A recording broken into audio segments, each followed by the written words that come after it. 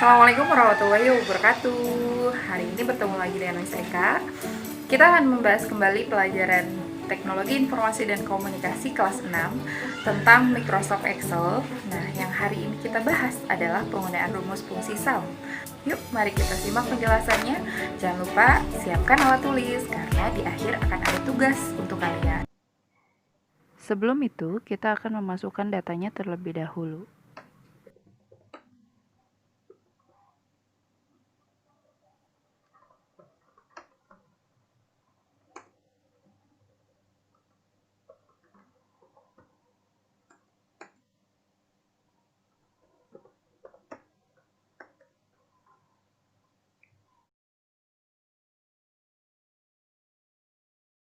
Setelah selesai menulis data, kita akan mengurutkan nama sesuai dengan abjad.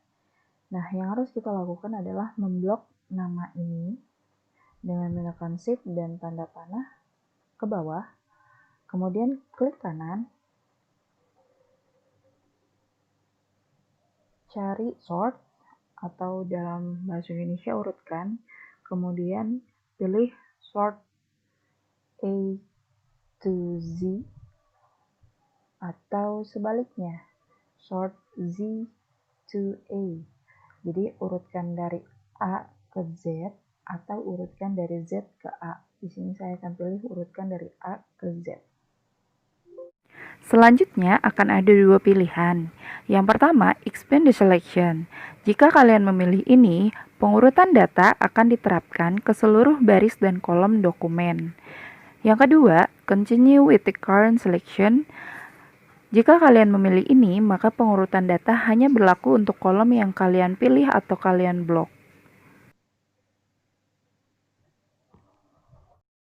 Selanjutnya, kita akan membuat penomoran otomatis. Untuk membuat penomoran otomatis, kalian ketikkan angka 1 dan 2. Kemudian kita blok angka 1 dan 2. Setelah itu, arahkan kursor ke sudut kanan bawah sampai berbentuk tanda plus seperti ini. Kemudian klik kiri tahan dan tarik. Maka penomoran akan langsung otomatis berurutan. Selanjutnya kita sesuaikan lebar kolom. Untuk merubah lebar beberapa kolom sekaligus, kalian bisa blok kolom tersebut dengan cara mengarahkan kursornya ke nama kolom hingga berbentuk tanda panah seperti ini, kemudian klik kiri, tahan sampai kolom yang diinginkan. Kemudian tinggal kalian sesuaikan lebar kolomnya. Untuk judulnya, kita akan menggabungkan beberapa selnya menggunakan perintah merge and center.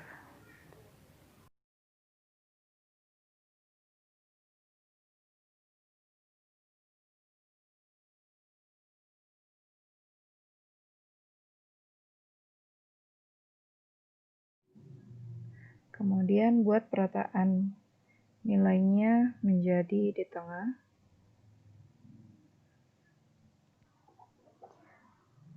Kita buat tabelnya menggunakan icon border dan pilih all border.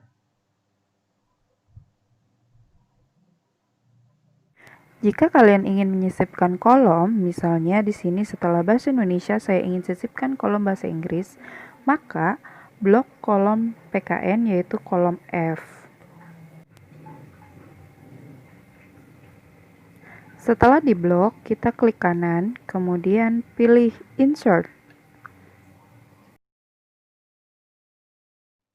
Tinggal kita buat nilainya.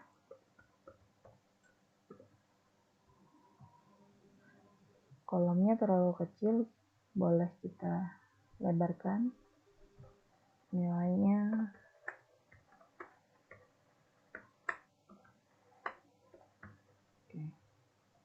Kita akan mengulang kembali cara menyimpan file.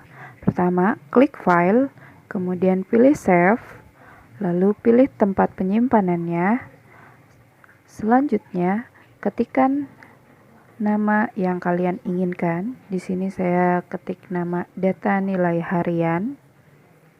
Selanjutnya, klik Save. File ini sudah tersimpan dengan nama data nilai harian. Jika kita ingin menyimpan file ini dengan nama lain, kita bisa menggunakan perintah Save As.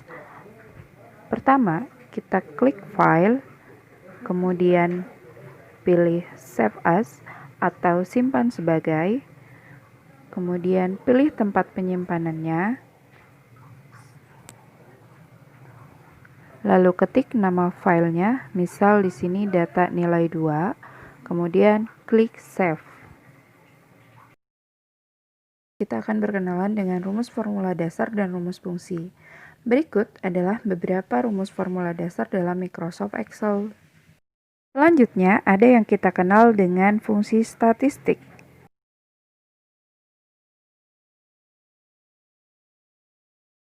Kita akan menjumlahkan data dalam nilai ini.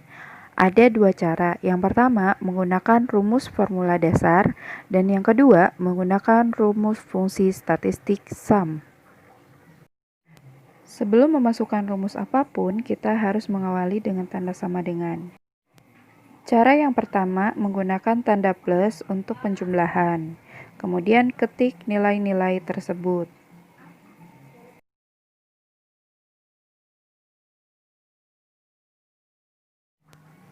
Selanjutnya, enter. Hasilnya adalah 540.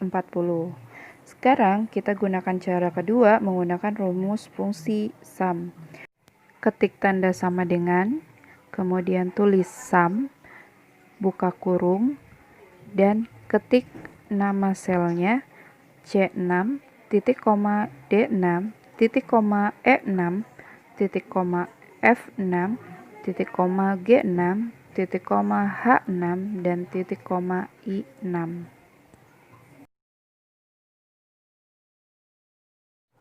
Selanjutnya kurung tutup dan klik enter. Hasilnya akan sama 540. Untuk cara kedua ini, menulis sel bisa kita ganti dengan blok selnya.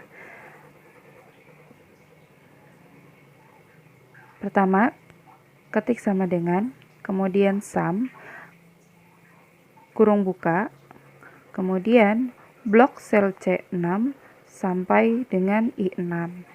Setelah itu kurung tutup dan enter. Hasilnya akan sama 540. Lalu, apa perbedaan cara 1 dengan cara 2? Perbedaannya adalah pada cara 1, kita menuliskan angka-angka tersebut. Sehingga ketika ada perubahan nilai, maka kita harus merubah juga rumus yang tadi kita masukkan. Nah, pada cara 2, yang kita ketikkan adalah nama selnya. Jadi, ketika ada perubahan nilai, maka hasilnya pun akan secara otomatis berubah. Contohnya, pada nilai IPA, saya rubah menjadi 80. Dan pada cara 1, hasilnya tetap 540. Sedangkan pada cara 2, hasilnya berubah menjadi 560. Selanjutnya, kita akan menggunakan cara 2 saja. Untuk cara 1, kita hapus saja kolomnya dengan cara blok kolom tersebut, yaitu arahkan kursor ke nama kolomnya hingga membentuk tanda panah, kemudian klik. Selanjutnya pilih delete.